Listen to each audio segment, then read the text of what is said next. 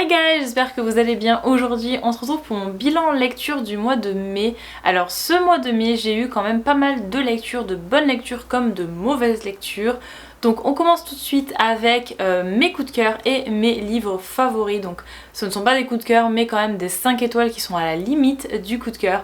Donc je commence tout de suite avec le vlog que je vous ai fait récemment, c'était sur Freaking Romance, le tome 1, et franchement je l'ai trop adoré, je l'ai dévoré mais clairement. Déjà regardez-moi les illustrations de ce livre. La romance a pas réellement commencé dans ce livre là, mais c'est quand même tout mignon, c'est très doux, très cute, j'ai vraiment trop adoré, j'ai passé un excellent moment sur cette lecture. Donc voilà, ça a été un 5 étoiles, mais il y a quand même quelques questions qui restent sans réponse, donc j'ai vraiment très hâte du tome 2. Mais en soi vraiment cette lecture était une lecture un petit peu cosy, un petit peu cute et à la fois très mystérie, donc très mystérieuse du coup. Et du coup voilà, regardez ça, c'est trop beau, j'adore. Je vous recommande à 100% ce livre là, si vous aimez les romans graphiques vraiment, allez-y foncez, c'est trop cool. Ensuite, autre livre que j'ai lu, il s'agit de Better Than the Movies, donc de Lynn Painter, aux éditions Comet. Donc Comet qui je crois est une nouvelle maison d'édition, c'est le premier roman qu'ils ont publié, donc une version brochée avec un jaspage beaucoup trop cute, j'adore vraiment, c'est trop beau.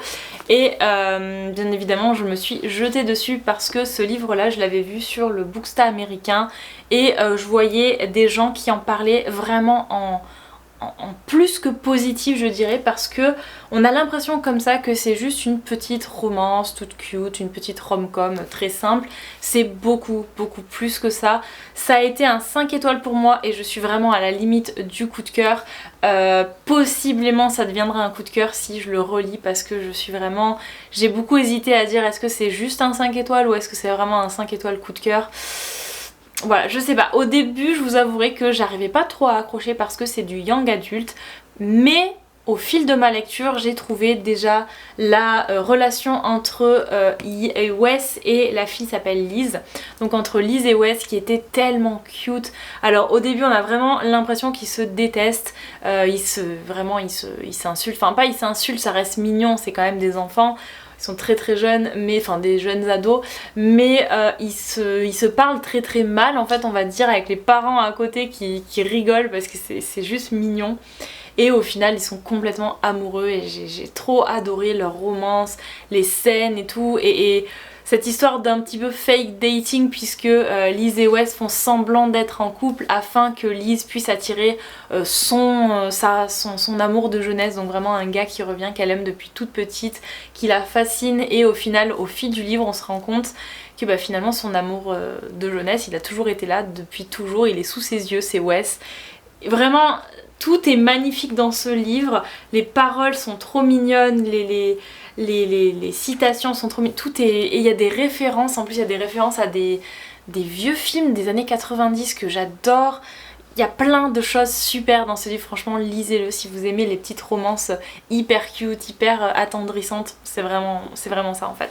Ensuite on continue avec un livre ici où j'avais vraiment très peur, puisque il s'agit de la saga Dreamland Billionaire, le tome 2 et le tome 1 pour ceux qui me suivent depuis longtemps.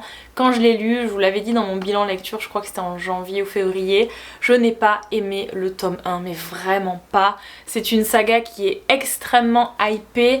Et j'avais très hâte du coup de plonger dans cette saga. Par contre le tome 1, vraiment impossible de m'accrocher au personnage, de rentrer dans l'histoire, c'était long, ça se passait dans un bureau, enfin je pensais vraiment qu'il allait avoir cette vibe de parc d'attractions, mais pas du tout, c'était pratiquement les 3/4 du livre au bureau.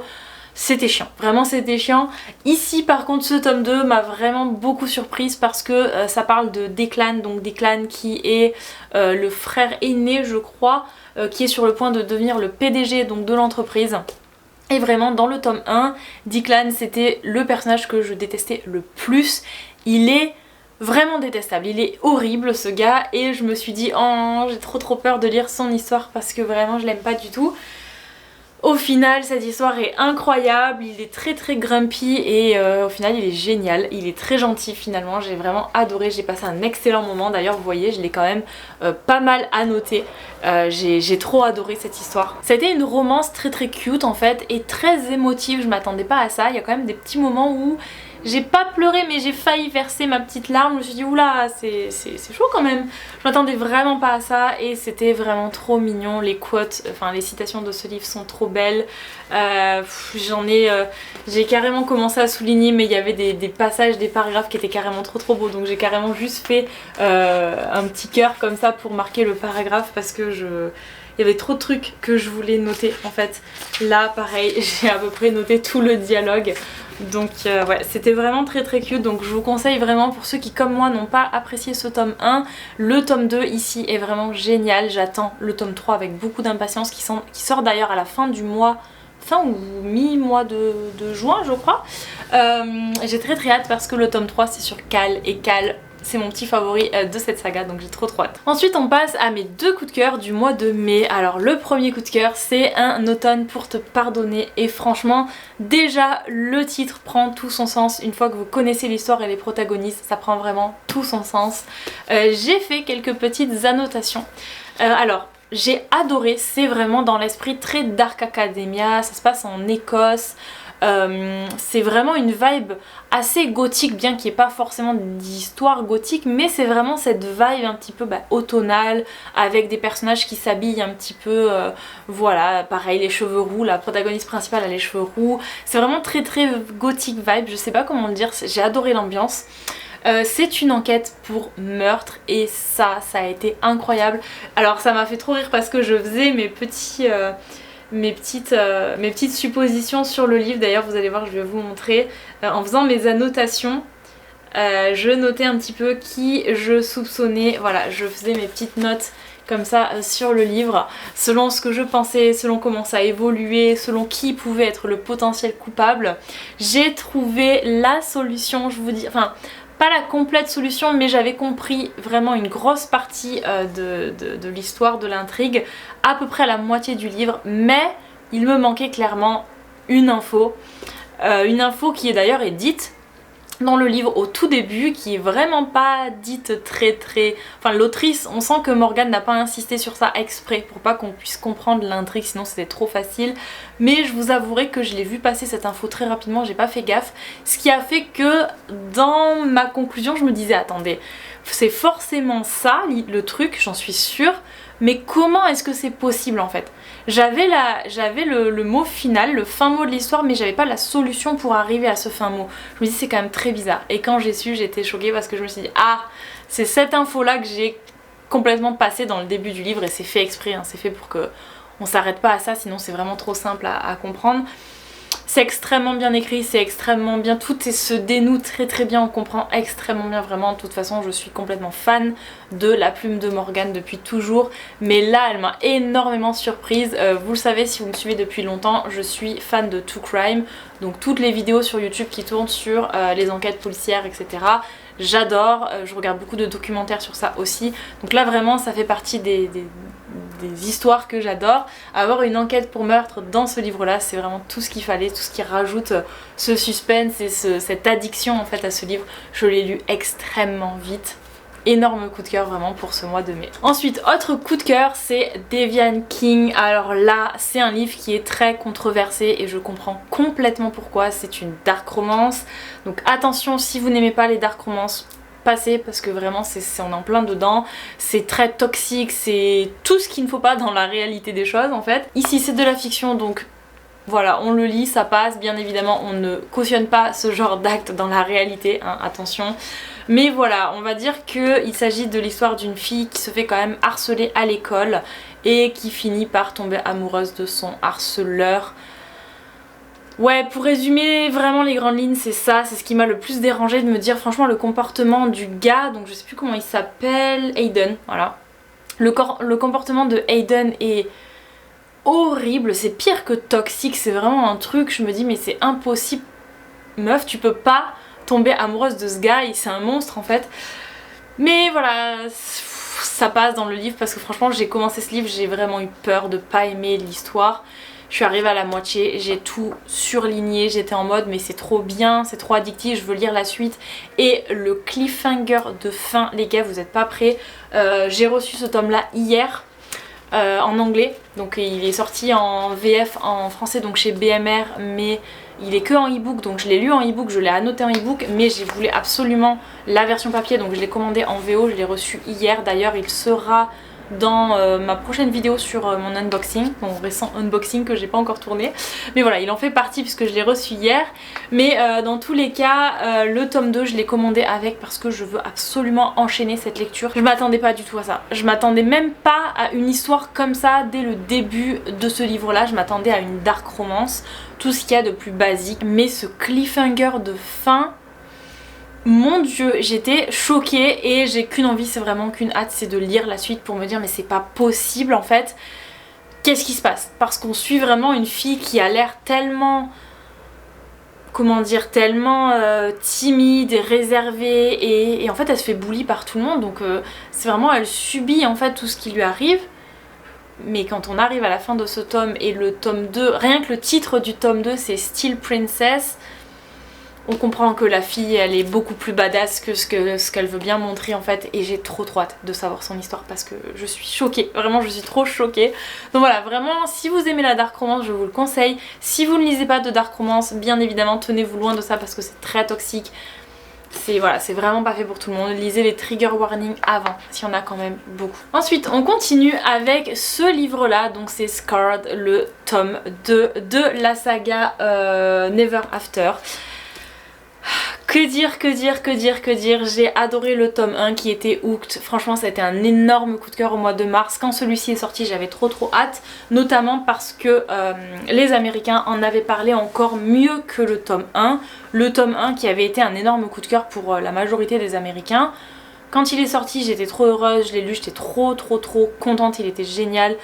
Par contre, ce tome 2, malgré tout ce que tout le monde a pu dire en mode il est mieux que le tome 1, il est incroyable, non, franchement ça l'a pas fait pour moi du tout. Je l'avais commencé en lecture commune avec des amis à moi. On a été nombreuses à être d'accord d'ailleurs. C'est pas du tout notre cam, notre vibe, c'est pas du tout... on change complètement de rubrique, c'est une dark romance qui se passe un petit peu dans la noblesse. Donc là on est sur une réécriture de Hamlet, donc du Roi Lion également, puisque le Roi Lion s'inspire de Hamlet. J'ai pas du tout apprécié ma lecture, je l'ai complètement DNF. Donc je l'ai arrêté en cours de route, c'était je crois au mois d'avril.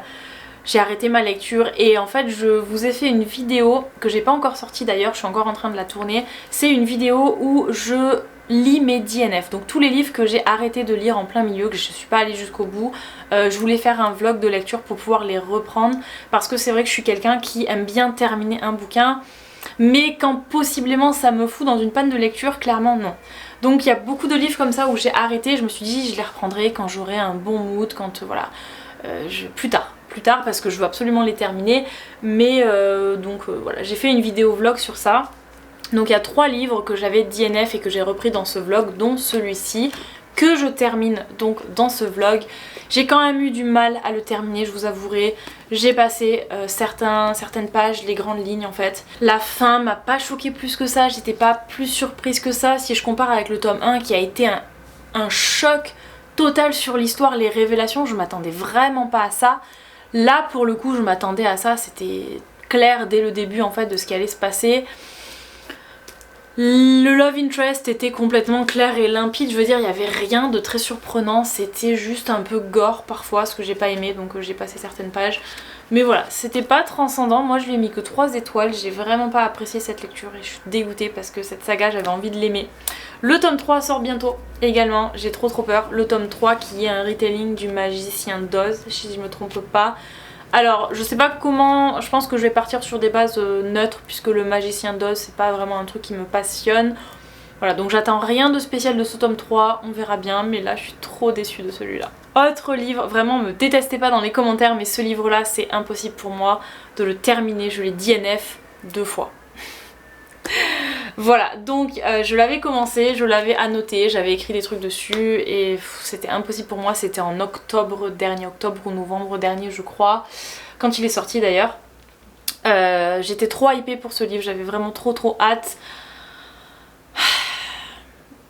non, ça l'a vraiment pas fait pour moi. Pour moi, il se passe rien. On a juste une fille chiante qui fait que râler, qui est jamais contente. On a un gars, Aaron, je crois qu'il s'appelle, qui est chiant également. Et on a lui là, qui est juste trop mignon, qui s'appelle Nathan du coup, qui est le book boyfriend parfait en quelque sorte pour la réalité. Franchement, vous avez un mec comme ça dans la réalité, c'est le mec parfait, il est génial, il n'y a rien à dire. Mais c'est ça le problème, c'est qu'il y a justement rien à dire, tout est trop parfait dans ce livre. Pour moi, il se passe rien. Il y a juste une fille qui râle et un preux-chevalier à côté qui fait tout pour cette fille. Et ça m'a un petit peu saoulée parce que je me suis dit, il n'y a pas vraiment d'intrigue. Du début à la fin, voilà, elle est chiante avec lui pour qu'il fasse tout pour elle, et il fait tout pour elle. Et en vrai, ouais, il n'y a pas vraiment d'intrigue de fou, on sait déjà ce qui va arriver. À la fin, il y a un petit plot twist, mais franchement, le truc, tu le vois venir direct, quoi. Enfin, c'était sûr que l'antagoniste, parce que c'est pas vraiment un antagoniste, mais c'est le mec qui fait chier dans l'histoire, quoi. C'était sûr qu'il allait foutre la merde et que voilà, qu'il allait avoir un truc sur ça. Mais en soi, il n'y avait rien de transcendant pour moi, et en plus, il y a trop de scènes de smut. C'est-à-dire que c'est pas du tout un slow burn. Là, c'est vraiment un fast burn, c'est direct, on y va. Dans les premiers chapitres, ils sont déjà ensemble. Même si elle, potentiellement, elle ne veut pas être en couple avec lui, ils sont ensemble, clairement. Donc lui, il insiste pour être en couple avec elle, mais c'est chiant, c'est long. Et comme je vous dis, il se passe rien. Enfin, vraiment, pour moi, ça l'a pas fait du tout. Et voilà, et j'ai voulu le relire puisque je l'avais DNF l'hiver dernier, et je me suis dit pour ce vlog je vais le relire, je vais le continuer en tout cas, et je vais essayer de le finir. Ça n'avait pas été possible. J'avais arrêté la première fois mon DNF vers la page 190, et là je suis arrivée peut-être à la page 300, 350, mais voilà quoi, toute cette partie là, c'était pas possible. Donc j'ai juste pris les derniers chapitres, le prologue et tout ça, pour voir l'épilogue, pardon, pour voir un petit peu comment ça se passe à la fin. Pareil, donc j'ai vu la fin, mais ça pareil pour moi, ou rien de transcendant, c'était pas fou. Donc j'ai commandé le tome 2. J'espère vraiment que l'histoire des prochains protagonistes va beaucoup plus me plaire. J'ai vu également des gens qui, comme moi, n'avaient pas aimé le tome 1, qui avaient préféré le tome 2, ou au contraire qui avaient aimé que le tome 1 et pas le tome 2. Donc je me dis que potentiellement, en n'ayant pas aimé le tome 1, peut-être que je préférais le tome 2. Voilà, il y a des lectures où vraiment, je sais pas, vous accrochez pas, c'est pas fait pour vous. Et là, c'est clairement une lecture qui est pas du tout faite pour moi. Donc c'est ok, si vous avez adoré ce livre-là, c'est ok, mais moi, pas du tout. Voilà, donc je l'ai DNF 2 fois, voilà. Ensuite on passe aux livres que j'ai lus en e-book, donc bien sûr je ne les ai pas en version papier ici pour vous les présenter. Donc on a pour cette première lecture en e-book Broken Diamond qui a été, je l'ai lu en fait en lecture commune avec 2 amis. J'ai adoré, franchement j'ai adoré, c'était un 5 étoiles, c'était aussi à la limite du coup de cœur. Franchement les 5 étoiles de ce mois-ci, c'est des 5 étoiles presque coup de cœur, j'ai envie de vous dire c'est entre les deux, et j'hésite vraiment à les mettre dans mes coups de cœur parce que c'était incroyable, j'attendais rien du tout de cette lecture et j'ai été extrêmement choquée, conquise, j'ai pleuré, ça a été terrible pour Broken Diamond. Il y avait de la tension entre les protagonistes. Il y a vraiment, attention, il y a des trigger warnings, donc pour ceux qui sont sensibles à certains sujets, je crois que c'était sujet de viol, voilà c'était le viol, et franchement la scène de viol elle est quand même très présente, très décrite, donc pour ceux qui sont sensibles à ça, attention. Alors ce que j'ai trouvé bien dans ce livre aussi, c'est que les trigger warnings sont au début du livre, mais également juste avant le chapitre en question. C'est-à-dire que dans votre lecture, vous allez lire le livre, et quand il va arriver le chapitre de viol, en fait, la fille va raconter l'histoire, mais il y a une feuille, une page en fait, juste avant ce chapitre pour vous dire attention, scène de viol, scène explicite, donc tout est vraiment bien décrit. Donc si vous ne voulez pas lire, passez ce chapitre. C'est vraiment précisé juste avant le chapitre, et je trouve ça génial. Je trouve ça super important parce que même en sachant les trigger warnings dans un livre, quand on lit, on sait pas à quel moment la scène ou les scènes en question vont arriver. Or là, c'était vraiment juste la page précédente. Donc c'est vraiment génial de nous dire attention, ce chapitre là c'est ça. Donc ne lisez pas si vous êtes sensible, et voilà, vous passez le truc. Je l'ai lu, mais je vous avouerai que j'ai pleuré parce que c'est vraiment très fort comme sentiment et c'est très bien décrit, donc c'est vraiment très très choquant. Donc attention, si vous êtes sensible à ça. J'ai eu un peu de mal au début, je vous avouerai, c'est vrai, j'avais oublié, mais j'ai noté heureusement que je fais mes chroniques parce que j'oublie parfois, mais voilà, j'avais noté que au tout début du livre, peut-être ouais, un quart du livre, le trope c'est vraiment le meilleur ami du frère, donc le meilleur ami du frère qui ne peut pas toucher à la petite sœur de son meilleur pote évidemment, donc il y a vraiment ce trope là, et donc cet interdit en fait dans l'histoire qui fait que les deux qui vont se rapprocher ne peuvent pas le dire puisque sinon bien évidemment ça va faire des problèmes avec le meilleur ami qui est le frère de la fille. Donc j'adore ce genre de trope pour voir un petit peu comment ils vont se dépatouiller de tout ça. Là je vous avouerai que l'histoire part vraiment en cacahuète à partir du moment où le frère est au courant de leur histoire d'amour, donc c'est un truc de fou. Il y a eu un énorme plot twist à la fin, je m'attendais pas du tout à ça. J'étais choquée, j'ai pleuré, alors rien à voir avec l'histoire de viol de la fille mais un autre truc. J'ai tellement pleuré pour ce livre et pour l'histoire du gars, franchement ça m'a fait trop de peine pour lui, j'ai dit franchement c'était pas nécessaire. Ils ont assez vécu de trucs comme ça c'était un trauma de plus, bref ça m'a choquée. Mais il y a un truc au début du livre, sur le premier quart du livre qui m'a un petit peu énervée je vous dirais, c'est que donc les deux protagonistes sont complètement amoureux l'un de l'autre, mais le moment où ils craquent en fait, où voilà, ils vont plus ou moins se mettre ensemble et s'embrasser tout ça, c'est le moment où ils sont complètement bourrés. Et à chaque fois, c'est à dire que c'est pas une fois, c'est genre 3 fois ou 4 fois dans le livre. Je me dis les gars attendez, une fois ça va, mais à chaque fois genre vous êtes pas bourrés, c'est en mode non non non, et dès qu'il y a de l'alcool qui rentre en jeu, ça y est, on peut plus se retenir. Ça m'a un petit peu saoulée de me dire ouais d'accord, il leur faut de l'alcool pour qu'ils assument leurs sentiments. Je veux bien que ça commence comme ça pour comprendre qu'on a des sentiments envers telle et telle personne, mais à chaque fois c'était vraiment compliqué à lire, ça m'a un petit peu saoulée. Et je me rappelle, j'en ai parlé à ma pote quand on le faisait en lecture commune, j'ai dit franchement ça passe pas quoi. Ça me saoule de voir qu'il faut qu'ils soient dans un état second, qu'ils soient complètement bourrés pour pouvoir être ensemble. C'est vraiment le seul point négatif du livre. Sinon tout le reste était incroyable, j'ai adoré ma lecture. Ensuite on continue avec un autre livre que j'ai lu récemment en e-book, c'est Kingwood Academy le tome 1. Pareil, c'est un livre où j'en attendais pas grand chose et en fait j'ai tellement accroché, notamment sur le début de l'histoire. J'étais complètement prise par l'histoire. Après ça s'est un petit peu essoufflé parce que vous avez plusieurs protagonistes et on a donc une fille qui rentre dans une école de magie. Elle n'est pas au courant qu'elle a des pouvoirs magiques, elle ne connaît pas son père, donc il y a encore des petits secrets puisque c'est un tome 1, donc on n'a pas toutes les réponses.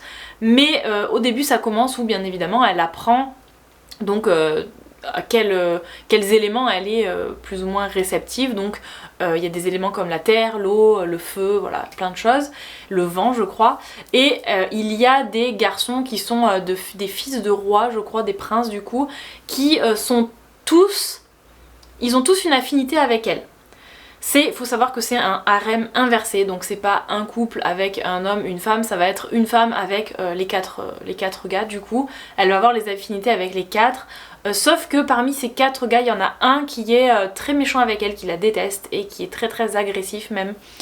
Et je vous dirais que je l'ai détesté dans ce livre, il est détestable, il s'appelle Riven. Il est détestable, mais... par rapport aux 3 autres gars qui sont très gentils avec elle, il a une personnalité. Même si cette personnalité est détestable, il a une personnalité. Et vraiment, c'est un personnage qui nous marque dans le livre. Alors que les 3 autres, moi franchement, ce que j'ai trouvé comme défaut à ce livre, c'est ça. C'est que les 3 autres sont très gentils avec la fille. Mais justement, ils manquent complètement de personnalité. C'est-à-dire que pour moi, ils ont juste un prénom différent. Mais en soi, c'est les mêmes. C'est vraiment les mêmes, ils sont très gentils, très agréables avec elle, ils sont limite parfaits avec elle. Et je me suis dit oui, il n'y a rien pour les distinguer en fait. Ils n'ont pas vraiment de spécialité à eux pour dire ah bah tiens lui il est comme ça avec elle, lui il est comme ça. Il n'y a rien, voilà.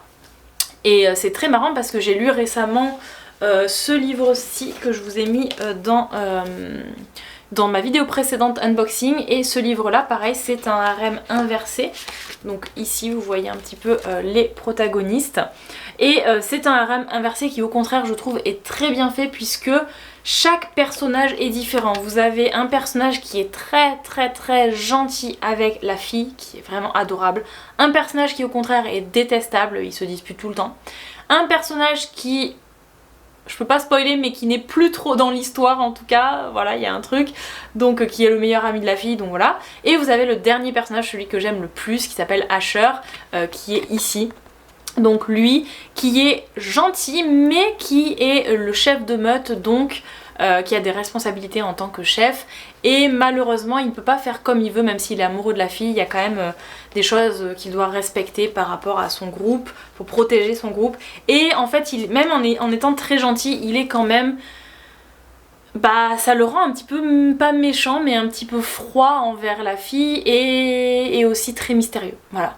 Donc pour moi, ce livre-là de Harem Inversé est génial parce que les 4 protagonistes ont 4 personnalités différentes. Donc on peut très facilement les différencier, on voit leurs actions, leur façon de penser, leur caractère, tout est différent. Mais malheureusement, dans Kingwood Academy, pour moi, il y avait un personnage qui sortait du lot et les 3 autres qui étaient très similaires. Donc c'est ce qui m'a un petit peu... On va dire c'est ce qui a essoufflé la lecture, c'est qu'au début j'étais très hypée par l'histoire, puis petit à petit c'était trop long en fait. Bon par contre le cliffhanger de fin, voilà, j'étais trop choquée à la fin donc ça me donne tellement envie de lire la suite. Mais voilà, ça m'a un petit peu déçue donc ça n'a pas été, au départ je pensais ça serait un 5 étoiles mais pas du tout, ça a été un 4 étoiles pour moi. Parce que voilà, je vous dis, il y a quelques petits défauts pour moi qui ont fait que c'est pas possible de mettre un 5 étoiles. Et le dernier livre dont je vais vous parler dans cette vidéo, c'est The Spanish Love Deception que j'ai lu en audiobook parce que je vous en avais déjà parlé. J'avais commencé le livre en e-book et j'avais pas du tout accroché. Je l'avais dit NF mais direct dès le début, je trouvais ça complètement inintéressant, j'aimais pas du tout. En plus je pourrais même pas vous expliquer pourquoi. Genre par exemple sur Icebreaker, je vous ai expliqué pourquoi je l'ai dit NF. Pour moi c'était inintéressant parce qu'il se passe rien de spécial, la fille est chiante, le mec est trop parfait, il n'y a pas de problème dans leur romance en fait. C'est juste la fille qui trouve des problèmes où il n'y en a pas, mais en soi voilà. Mais par contre, The Spanish Love Deception, je ne sais pas pourquoi ça a été impossible pour moi d'accrocher. Donc je l'avais DNF en e-book et j'ai voulu lui donner une chance parce que j'avais Nextory et donc il y avait l'audiobook dessus. Je me suis dit tiens, les audiobooks c'est bien quand tu fais le ménage, quand tu fais du rangement ou quoi, donc je vais l'écouter. Je l'ai écouté jusqu'au bout. Mais je vous avouerai que ça a été très long, ça a été limite un supplice. Je me suis dit à un moment donné tu vas jamais aller jusqu'au bout. Alors comme je vous dis, je voulais vraiment là le fin mot de l'histoire parce que je suis quelqu'un qui aime bien aller au bout des choses.